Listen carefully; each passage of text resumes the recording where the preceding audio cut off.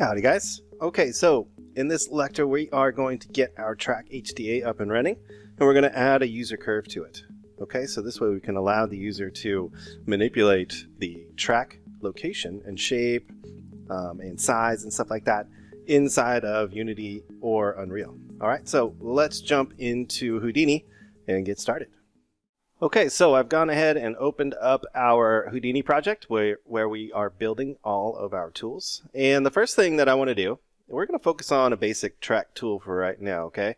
I want to keep things relatively basic as we start to build up this entire system so you guys can see how all these concepts basically come together. So the first thing I'm going to do is drop down a geometry node. A lot of our HDAs start out this way, okay? So I'm going to call this our IP basic track. And you can call it creator, generator. Let's just call it creator. How about that? You're more than welcome to name it whatever you like. All right, so with that, let's just turn it into an HDA right away. Something I like to do. So that way I can start to build up the parameters as I am building up the HDA. And the reason for that is because if you go and start building your network and you end up with this massive network and you haven't turned it into an HDA just yet, it'll just seem overwhelming when you go and try to create all the parameters for it. Okay, so trying to create the parameters as you're developing your network helps you build it all together as one, right? And then you won't lose your place. Okay, so with that, what I'm going to do is save this to my HDA library in my project. All right, so we'll go to that $job, go into the HDA folder, and hit accept. There we go. Hit accept again. And it's going to ask us about those spare parameters, so let's destroy all those spare parameters. We don't need those. Okay, so in here, what I'm going to do, I'm going to give it a version number of 1. Okay, we're going to just keep our version numbers nice and tidy. We're going to go and hide all of our parameters up here, like so. We'll say invisible, hit apply. Very cool. Next thing I want to do, I want to keep all this stuff organized, all right? Like we've covered in the past, or past videos, by default, when you create a new digital asset, it ends up in this default digital assets folder. So let's change that.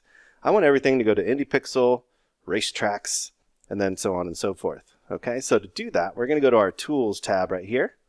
Okay, we're going to go to Context, and we're going to type in our own tab submenu path. Okay, so we're going to say IndyPixel. Again, you're going to have a different name for this.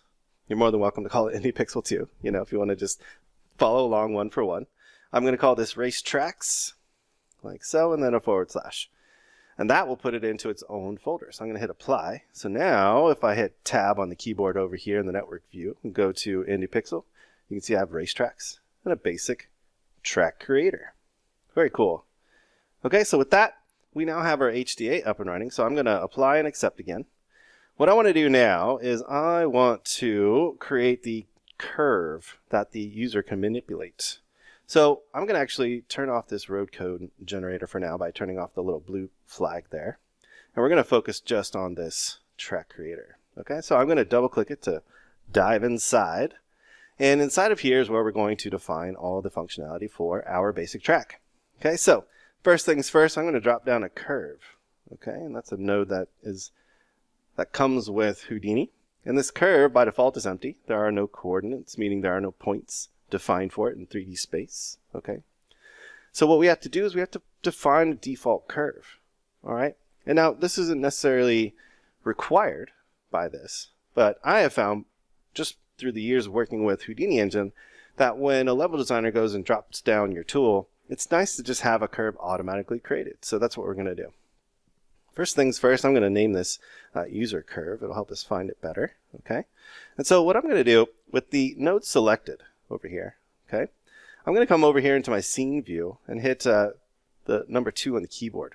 And that'll take me into the top viewport. Okay. And I want to make sure that my grid is on. There we go. So I can see.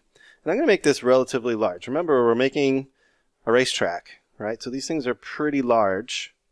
All right, and remember that all the units inside of Houdini are in meters. So if we do 25 meters by 25 meters, we'll end up with, you know, a radius of about 50 meters for our track, which is great. I think that'll work just fine.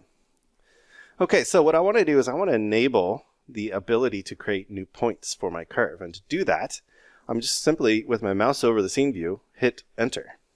And that puts me into this point creation mode. And then what I want to do is I want to create points on the grid. So I'm going to turn on this grid snapping right here. And then I'm just going to start clicking points. And I'm just going to click points at all the corners here of a square at around 25 meters there. And hit enter. I'm not going to do the last one here. I'm just going to hit enter. Because what we can do is we can close it with this little property right here.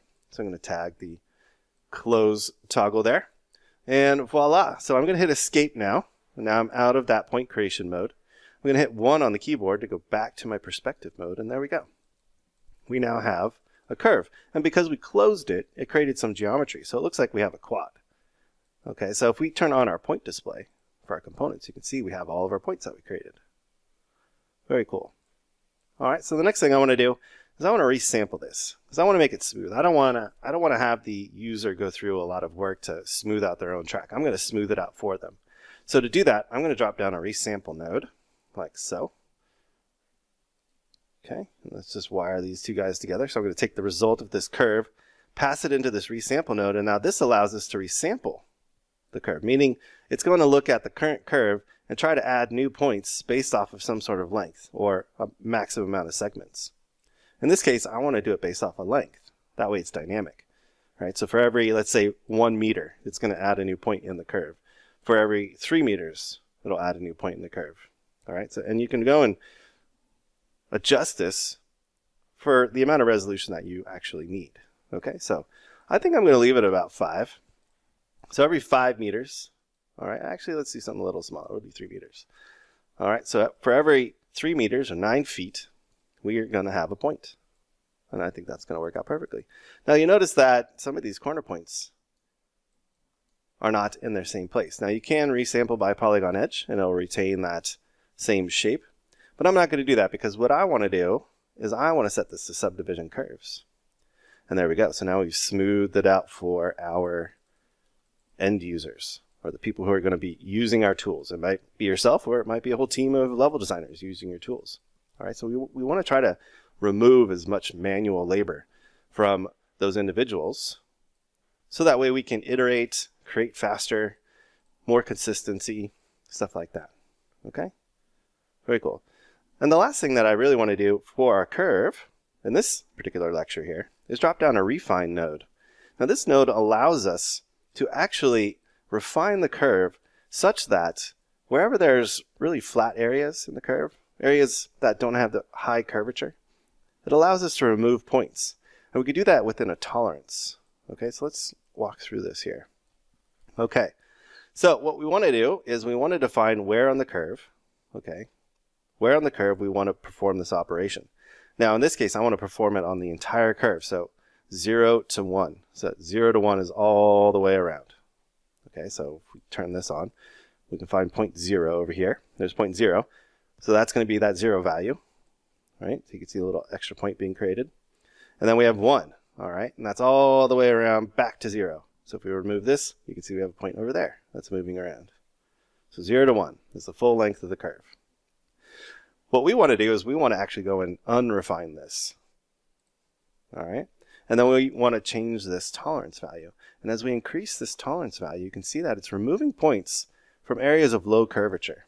And this is great for racetracks for games. Because really, we don't need all that extra geometry in the straightaways.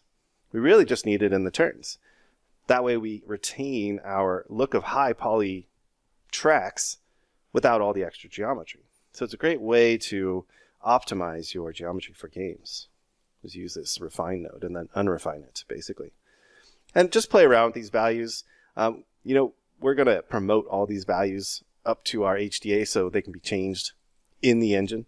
All right. So you'll be able to decide, you know, at what level of unrefinement you want. Okay, so with that, we're pretty much good to go. In the next lecture, what I want to do is I want to actually create the geometry for the track. Now that we've got this user curve here. Beautiful.